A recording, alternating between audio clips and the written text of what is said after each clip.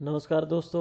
हम लोग UGC net के लिए फर्स्ट पेपर में उपयोगी होने वाले डीआई या डाटा इंटरप्रिटेशन की प्रैक्टिस कर रहे हैं और आज हमारा तीसरा सेशन है। तो आज हम जो सवाल डिस्कस करेंगे वो होंगे जून 2010 में जो क्वेश्चंस पूछे गए थे यूजीसी नेट के, उसमें 6 क्वेश्चंस डीआई से रिलेटेड पूछे गए थे।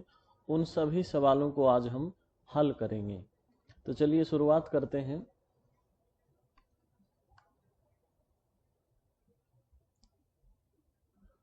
प्रश्न संख्या 35 और 36 यहाँ दिया गया है। एक डायग्राम दिया गया है जिसमें 3 गोले दिए गए हैं। आई, एस और पी, इन 3 चिन्हों से इन्हें दर्शाया गया है। 3 चक्र दिए गए हैं। आई का मतलब है इंडियंस या भारतीय, एस वैज्ञानिकों के लिए और चक्र पी राजनीतिज्ञों के लिए रखा गया है। ठीक है। और फिर इनमें अलग अलग एरिया हैं जिनको ए से जी तक दर्शाया गया है। तो हम देखेंगे कि 35वें क्वेश्चन में पूछा है वह क्षेत्र जो गैर भारतीय वैज्ञानिकों का प्रतिनिधित्व करता है। सबसे पहले यदि हम देखें तो गैर भारतीय कौन है, तो गैर भारतीय में 3 बसते हैं, ई, एफ और जी। फिर दूसरा पैमाना लगाते हैं वैज्ञानिक, तो वैज्ञानिक में बसते हैं गैर भारतीय वैज्ञानिक ई और एफ।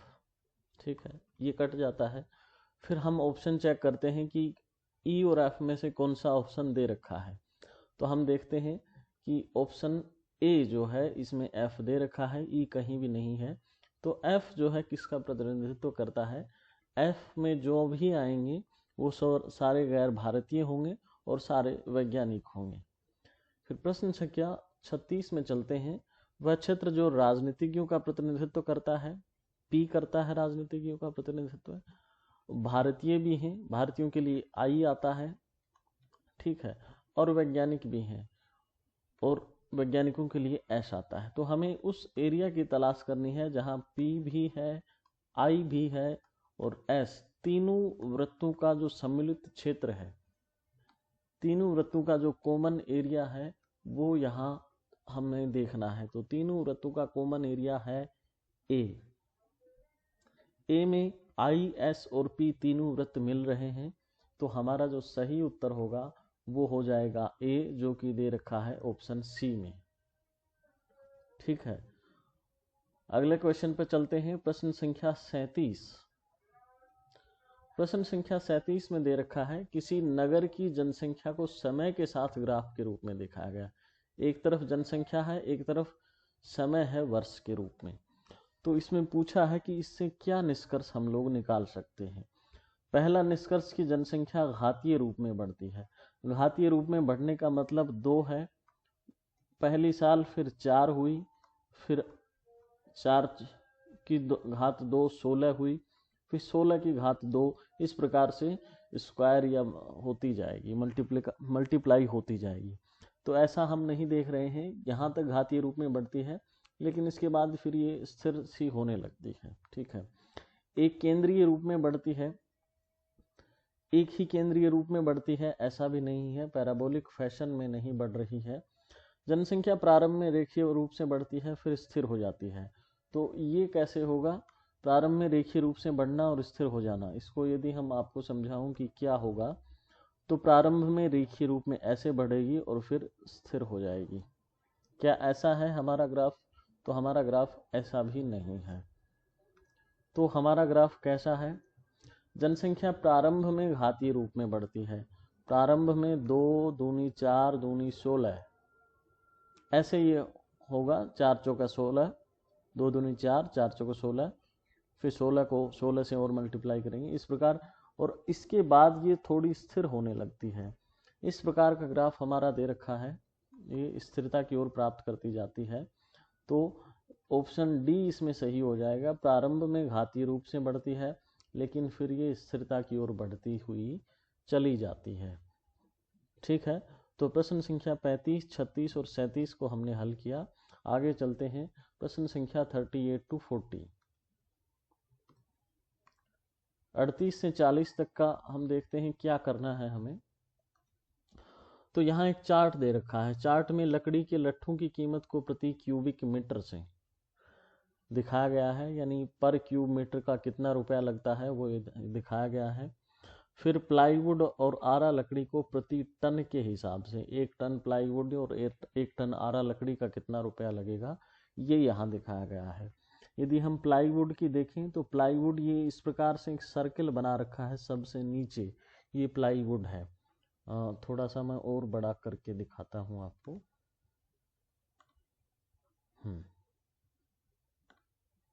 ग्राफ के लिए ये है, थोड़ा समझने के लिए, कि आप देख पा रहे होंगे कि प्लाईवुड जो है डॉट से डिनोट कर रखा है प्लाईवुड को। आरा लकड़ी को यदि आप देखेंगे तो इस प्रकार से स्क्वायर में दिखा रखा है। लट्ठे को, ये आरा लकड़ी है, फिर लट्ठे को जो है त्रिभुजाकार रूप में दिखाया गया है। ठीक है, तो अब यदि हम देखते हैं, हमारे क्वेश्चन पर चलते हैं कि क्या पूछा गया है। किस उत्पाद की कीमत पिछले समय के दौरान बढ़ने की अधिकतम प्रतिशतता देखने में आई है? यानी कि कौन सा ऐसा उत्पाद है जो इस अवधि में 2001 से 2006 में अधिकतम प्रतिशत बढ़ा है। तो हम एक एक उत्पाद का यहाँ देख लेते हैं कौन कितने प्रतिशत बढ़ा है। यदि हम प्लाईवुड की बात करें तो प्लाईवुड जो है कहाँ से कहाँ तक बढ़ रहा है। प्लाईवुड 3 से लेकर के, ये 3 है, और 3 से लगभग 7 तक ये बढ़ रहा है, यानी 3 पर 4 की बढ़ोतरी हो रही है।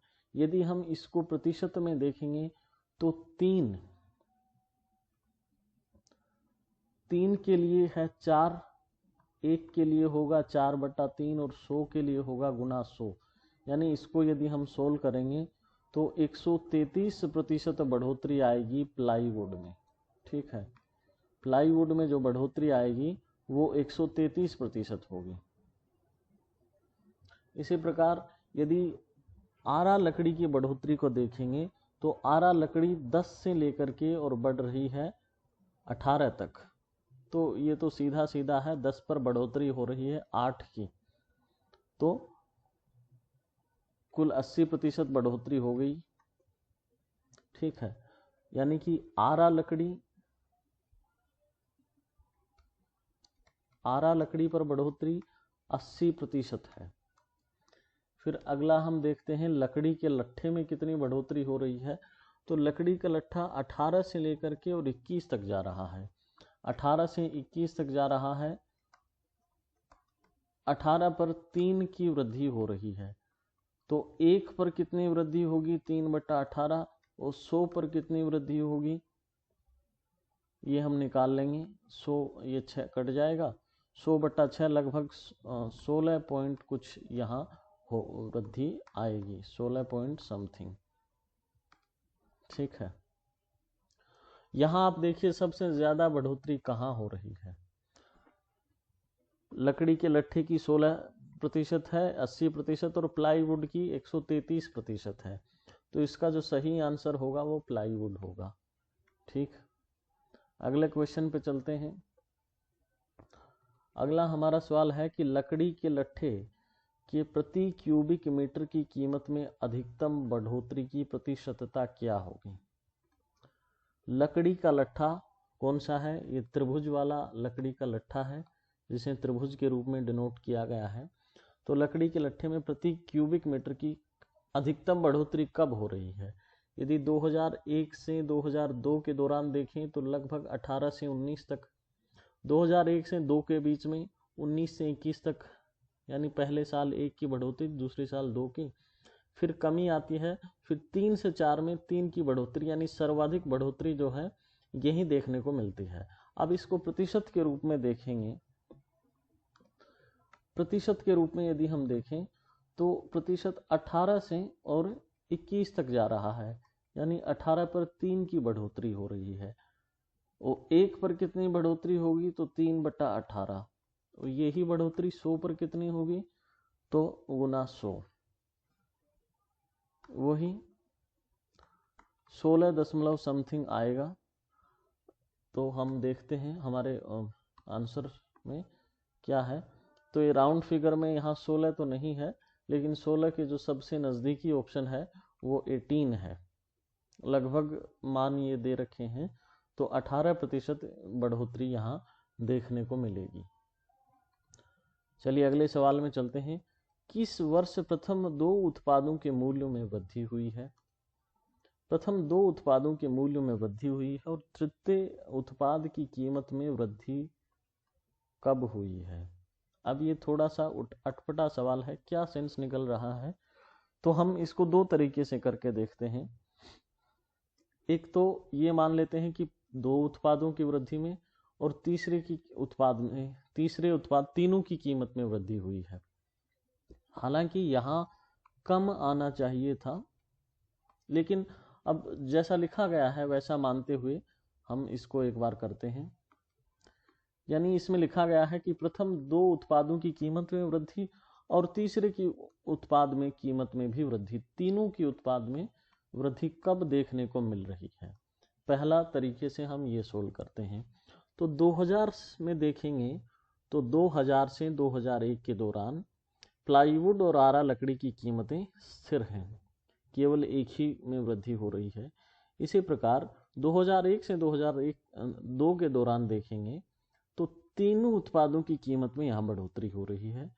यहाँ 2 की कीमत में बढ़ोतरी, 1 में गिरावट है। फिर 2003 से 4 के दौरान 2 में बढ़ोतरी, 1 में गिरावट है। फिर उसके बाद 2 में बढ़ोतरी दोनों सालों में और 1 में एक स्थिर है। यानी कि ये एक साल है 2001 से 2002 के दौरान जब तीनों चीजों की कीमत में बढ़ोतरी हो रही है। तो एक तरीका से तो हम इसको अगर सोल्व करते हैं, आंसर ये मानते हैं कि तीनों उत्पादों की कीमत में वृद्धि हुई है। तो इसका जो आंसर होगा कि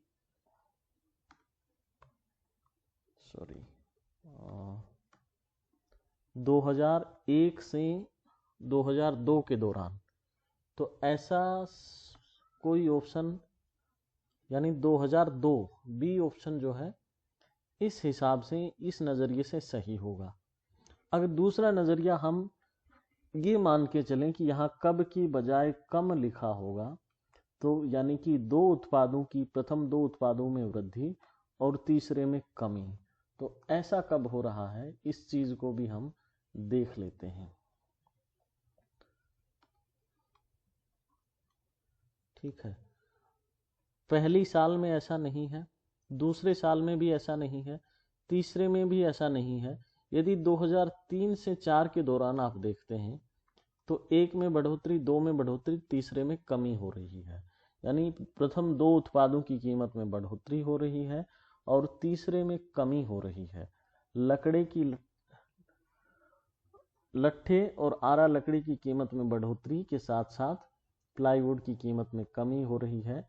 तो यहाँ इस हिसाब से, इस नज़रिए से हम देखेंगे तो आंसर जो है 2004 होना चाहिए। क्या 2004 ऑप्शन में है? नहीं है। तो मेरे ख्याल से इसका सही आंसर, हालांकि ये मिसप्रिंट हुआ लगता है, तो सही आंसर जो है 2002 ही होगा। लेकिन सवाल थोड़ा सा अटपटा है, ये शायद गलत प्रिंट हुआ है वृद्धि। खैर जो भी है, हमने जो आंसर निकाला उसके हिसाब से 2002 इसका सही आंसर होगा। तो ये था हमारा तीसरा प्रैक्टिस सेशन। अगले प्रैक्टिस सेशन में हम दिसंबर 2010 के पेपर के साथ मिलेंगे कल। तब तक के लिए बहुत बहुत धन्यवाद।